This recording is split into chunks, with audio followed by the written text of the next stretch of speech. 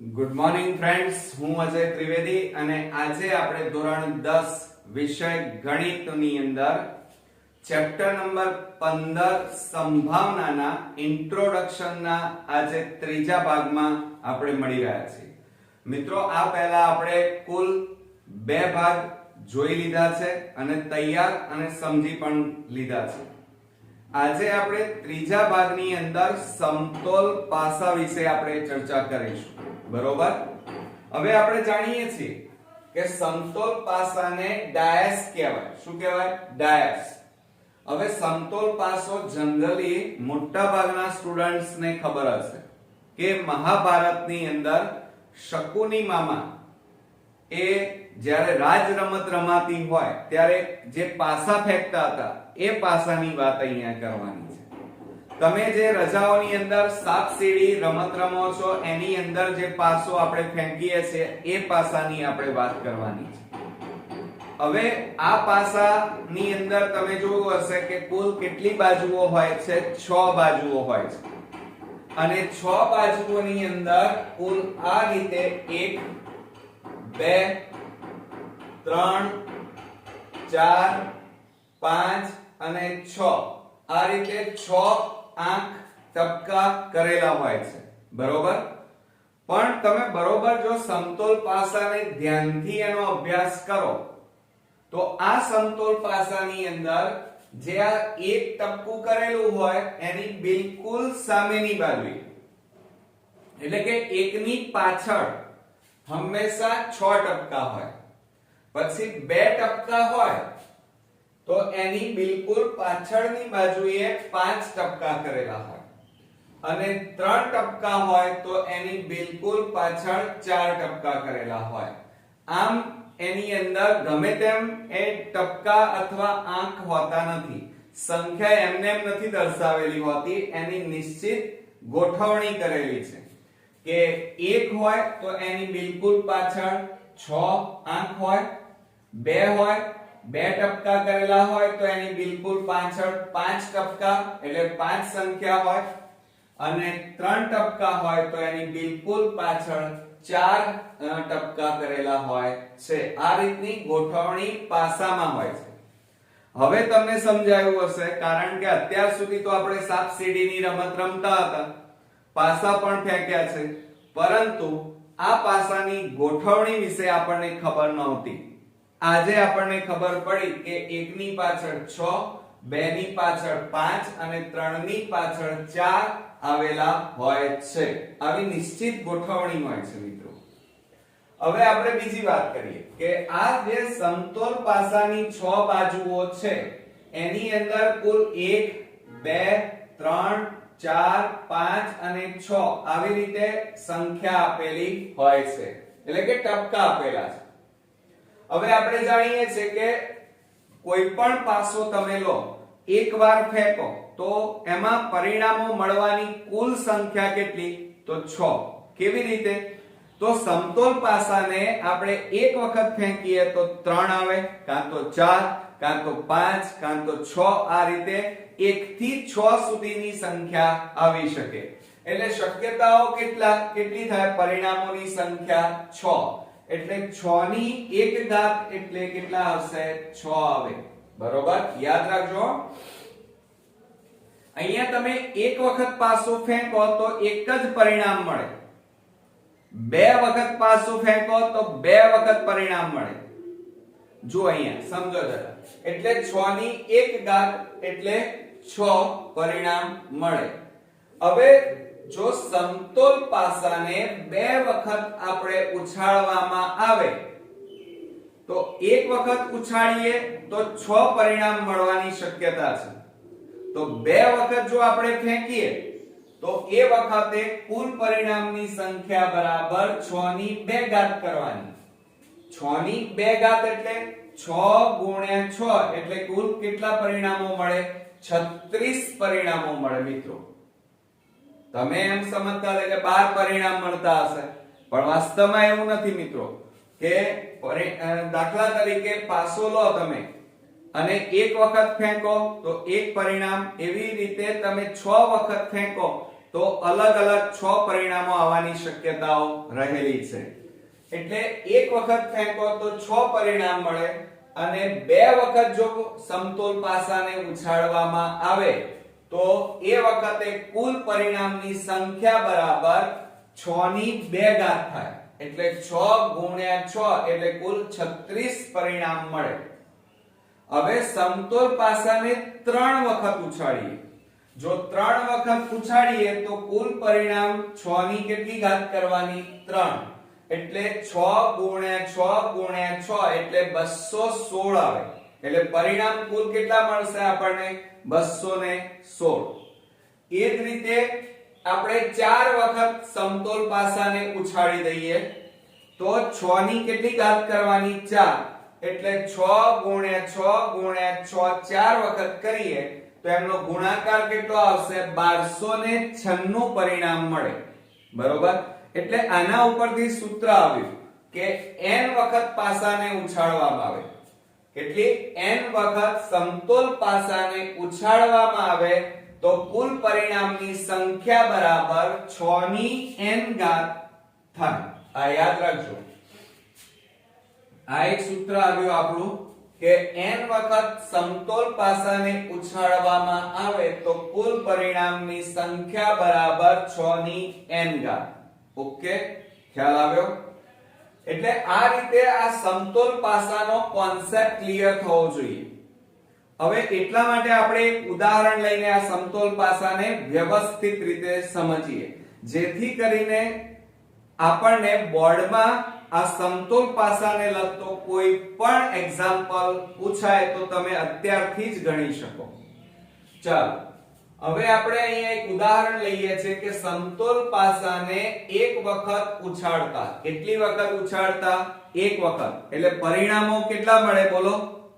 6 મળે. કેટલા મળે? 6. હવે આપણને અહીંયા મેં અલગ બધી બાબતો અહીંયા આપણે સાંકળી લીધી છે કે પહેલું એમ કહે છે કે 3 અંક આવે તેવી સંભાવના શોધો. 3 અંક આવે એટલે કે 3 ટપકા આવે એની સંભાવના કેટલી? બીજા નંબરમાં છે એકી એટલે અયુગ્મ સંખ્યા હોય એવી સંભાવના શોધવાની. ત્રીજામાં બેકી એટલે કે યુગ્મ સંખ્યા હોય તેવી સંભાવના. ચોથામાં એકી ખરી પરંતુ અવિભાજ્ય સંખ્યા હોય તેની સંભાવના. પછી આગળ 3 ની ગુણિત હોય એવી સંભાવના. અને લાસ્ટમાં 3 થી નાની સંખ્યા ન હોય, નેગેટિવ પૂછ્યું છે તમને ફસાવા માટે, કે 3 થી નાની સંખ્યા ન હોય તેની સંભાવના શોધો. એટલે આમાંથી ગમે તે પૂછાય તો પણ તમને આવડવું જોઈએ. ઓકે, તો ચાલો શરૂ કરીએ. આપણે પહેલું લઈએ. ચાલો, સમતોલ પાસાને પહેલા તો કેટલી વખત ઉછાળવાનો છે? એક વખત ઉછાળવાનો છે. એટલે પરિણામની સંખ્યા કેટલી મળે? 6. ઓકે, આ રીતે અલગ એક વખત ઉછાળો એટલે 6 ની 1 ઘાત એટલે 6 મળે. હવે અહીંયા જુઓ, પહેલામાં શું કીધું છે? 3 અંક આવે તેની સંભાવના. બરોબર? 3 અંક. તો આમાં તમે 3 અંક આવે તેની સંભાવના આપણે શોધવાની છે. તો તમે પાસાને આમ કરીને ફેંકો તો 3 કેટલી વખત આવે? એક જ વખત આવવાના છે. કઈ આ અહીંયા 3 ટપકા બીજી વાર ક્યાંય જોવા મળે છે? ના. એટલે પાસા ઉપર 3 ટપકા કેટલી વાર હોય? એક જ વાર હોય. અને પાસાને એક વખત ફેંકો તો 3 ટપકા એક જ વાર આવે. માટે પ્રોબેબિલિટી ઓફ A બરાબર 1/6. કારણ કે કુલ પરિણામ કેટલા મળે? એક વખત પાસો ફેંકીએ તો અલગ મળે, કાં તો 1 કાં તો 2 3 4 5 6. એટલે 1/6 એટલે જવાબ આપણો આવશે પહેલામાં 1/6. ઓકે, હવે આપણે બીજું લઈએ. ચાલો, અહીંયા એકી અયુગ્મ સંખ્યા હોય. એકી ખરી પણ અયુગ્મ સંખ્યા. ચલો, હવે અહીંયા જુઓ કુલ આપણી પાસે પાસા ઉપર 1 2 3 4 5 અને 6 આપેલા છે. હું અહીંયા લખી કાઢું ફરીથી 1 2 3 4 5 અને 6. હવે આપણને કેવી સંખ્યા કીધી છે? અયુગ્મ. અયુગ્મ એટલે એકી સંખ્યા. તો આમાં એકી સંખ્યાઓ કઈ છે મને કહો? એક તો 1 3 અને 5. આ સિવાય એકી સંખ્યા બીજી એકે નથી. કેટલી મળી? 1 2 અને 3. બરોબર. તો આપણે અહીંયા પ્રોબેબિલિટી ઓફ b બરાબર એકી સંખ્યાના પરિણામ કેટલા છે? કેટલા મળ્યા અહીંયા? 1 2 3 અને કુલ પરિણામ કેટલા છે? 6. આપણને ખબર જ છે પાસા ઉપર કુલ કેટલા હોય? 1 2 3 4 5 6. એટલે 3 ભાગ્યા 6. છેદ ઉડાડી દઈએ. 3 દુ 6 ઉપર 1 વધ્યો એટલે 1/2. બરોબર. ચાલો એટલે અહીંયા બીજાનો જવાબ આવ્યો 1/2. હવે ત્રીજામાં જોઈએ બેકી એટલે કે યુગ્મ સંખ્યા હોય. હવે આપણને બેકી અને યુગ્મ સંખ્યા પૂછી છે. તો જુઓ બેકી એટલે 2 4 અને 6 એટલે એ પણ કેટલી આવી? 1 2 અને આ 3. તો પ્રોબેબિલિટી ઓફ c બરાબર બેકી સંખ્યાના પરિણામ લખવાની મેથડ પાછા જોડે જોડે જોઈ લેજો એટલે પરીક્ષામાં તકલીફ ના પડે કે બેકી સંખ્યાના પરિણામ ભાગ્યા કુલ પરિણામ.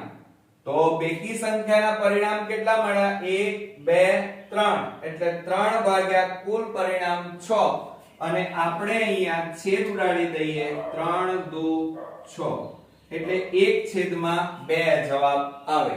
એટલે જુઓ બંનેમાં એકી સંખ્યામાં પણ 1/2 અડધું મળે છે પરિણામ અને અહીંયા પણ અડધું એટલે 50-50%. કારણ કે કુલ 6 છે એટલે અડધા અડધા પરિણામ મળે છે. 50% 50% એકી સંખ્યાના અને 50% બેકી સંખ્યાના પરિણામ મળે. ત્યાર પછી હવે અહીંયા જવાબ કેટલો આવ્યો આપણો? 1/2. હવે ડી માં જોઈએ એકી અવિભાજ્ય સંખ્યા હોય.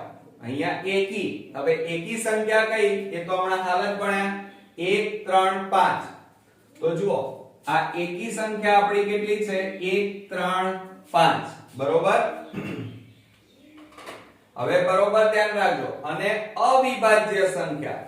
અવિભાજ્ય સંખ્યામાં જેને આપણે ભાગી ન શકાય, જેને એ સંખ્યાને પોતે અને 1 વડે ભાગી શકાય એવી સંખ્યાને અવિભાજ્ય સંખ્યા કહેવાય. તો અવિભાજ્ય સંખ્યામાં આ 1 નહીં આવે. 1 સિવાયની બાકી કઈ રહી? 3 અને 5. તો આ 3 અને 5 એ અવિભાજ્ય સંખ્યા કહેવાય. આ 1 થી 6 માં આ જે 3 અને આ 5 એ એકી પણ છે અને અવિભાજ્ય પણ સંખ્યા કહેવાય. એટલે પ્રોબેબિલિટી ઓફ d બરાબર એકી અવિભાજ્ય સંખ્યાના પરિણામ ભાગ્યા કુલ પરિણામ. તો અહીંયા એકી અવિભાજ્ય સંખ્યાઓ કેટલી આવી? 1 અને 2 એટલે 2 ભાગ્યા કુલ પરિણામ 6 અને છેદ ઉડાડી દઈએ. 2 3 6 એટલે આપણો જવાબ આવ્યો 1/3. હવે આપણે આગળ વધીએ. જુઓ ઈ માં શું કીધું છે? 3 ની ગુણિત હોય. 3 ની ગુણિત એટલે 3 ના ઘડિયામાં આવતી હોય એવી સંખ્યા. 3 ના ઘડિયામાં આવતી હોય એવી સંખ્યાઓ અને આમાં હોય એવી. તો 3 એકા 3 એટલે એક આ આવશે અને 3 દુ 6 એટલે એક આ આવશે. બરોબર. એટલે કુલ કેટલી સંખ્યાઓ આવશે? 3 અને 6 એટલે બે જ સંખ્યાઓ આવશે. બરોબર. તો હવે આપણે અહીંયા લખીએ કે પ્રોબેબિલિટી ઓફ e બરાબર 3 નો ગુણિત હોય તેવી સંખ્યાના પરિણામ ભાગ્યા કુલ પરિણામ. તો હવે અહીંયા કેટલા મળ્યા આપણને? 2 મળ્યા. તો 2 ભાગ્યા કુલ પરિણામ 6. તો ભાગ્યા છેદ ઉડાડી દો. તો 2 3 6 તો 1/3 જવાબ આવશે. હવે લાસ્ટ આપણે જોઈએ કે 3 થી નાની સંખ્યા ના હોય, 3 થી નાની સંખ્યા ના હોય. હવે જુઓ આમાં આ 3 થી આ 3 થી નાની સંખ્યા નથી તો એનો મતલબ શું થયો? 3 થી મોટી સંખ્યા છે. એટલે કઈ આવે? 1 2 3 4. અહીંયા નેગેટિવ વસ્તુ પૂછવામાં આવી છે. તમે શું કરશો પરીક્ષામાં? 1 અને 2 આ સમજશો, પણ અહીંયા ના પાડી છે 3 થી નાની સંખ્યા ના હોય. એટલે એનો મતલબ શું થાય? 3 થી મોટી સંખ્યા છે. હવે 3 થી મોટી સંખ્યા એટલે કઈ આવે? 1 2 3 4 આવે. કેટલી આવે? 4. તો આપણે પ્રોબેબિલિટી ઓફ f બરાબર 3 થી નાની સંખ્યા ના હોય તેવા પરિણામ ભાગ્યા કુલ પરિણામ. તો બરાબર કેટલા પરિણામ મળ્યા? 4 3 4 5 6 એટલે કુલ કેટલા પરિણામ મળ્યા? 4. અને કુલ પરિણામ કેટલા થશે? 6. એટલે 4 ભાગ્યા 6 કરો તો છેદ ઉડાડી દો. 2 2 4 2 3 6 તો જવાબ આવશે અહીંયા 2/3. ઓકે, ખ્યાલ આવી ગયો મિત્રો? તો આ બધામાં ઉદાહરણ લેવાનું કારણ એ હતું કે તમને જોડે જોડે સમજણ પડે આખી મેથડમાં કે પાસાઓના એક્ઝામ્પલ કેવી રીતે ગણવાના, અને એની આ જે લખવાની મેથડ છે એ મેથડ પણ તમને અત્યારથી જ ખ્યાલ આવી જાય તો હવે તો તમને દાખલા આવડી ગયા. એટલે સમતોલ પાસાનો કોઈ પણ હવે એક્ઝામ્પલ તમે ટેક્સ્ટ બુક નું ગણશો તો તમને બધા ઈઝી લાગશે. બરોબર? તો આ હતા મિત્રો આપણો ઇન્ટ્રોડક્શન નો ભાગ 3. આ પહેલા આપણે ભાગ 1 અને ભાગ 2 ની અંદર એમાં ભાગ 1 માં બેઝિક માહિતી મેળવી, ચોક્કસ ઘટના જોઈ અને અશક્ય ઘટના જોઈ. ભાગ 2 ની અંદર પ્રાથમિક ઘટના, પૂરક ઘટના અને સમસંભાવી ઘટના સમજ્યા. અને આજે ત્રીજા ભાગની અંદર આપણે સમતોલ પાસાને સમજ્યા અને શીખ્યા પણ ખરા. મને ચોક્કસ ખાતરી છે કે હવે તમને ગ્રીપ પણ આવી હશે અને આ ચેપ્ટર માટે હવે તમને કોન્ફિડન્સ પણ આવવા લાગ્યો હશે. તો નેક્સ્ટ વિડિયોની અંદર પાછા હજી અગત્યના ટોપિક ઇન્ટ્રોડક્શન નો બાકી છે. એ ભાગ 4 માં ફરી મળીએ. ત્યાં સુધી આ બધું જ તમે નોટ ડાઉન કરી અને આ વિડિયો 2 થી 3 વાર જોઈ લો એટલે તમારું આ ચેપ્ટર પાકું થઈ જાય. તો નેક્સ્ટ વિડિયોમાં ફરી મળીએ. ત્યાં સુધી ગુડ નાઈટ મિત્રો.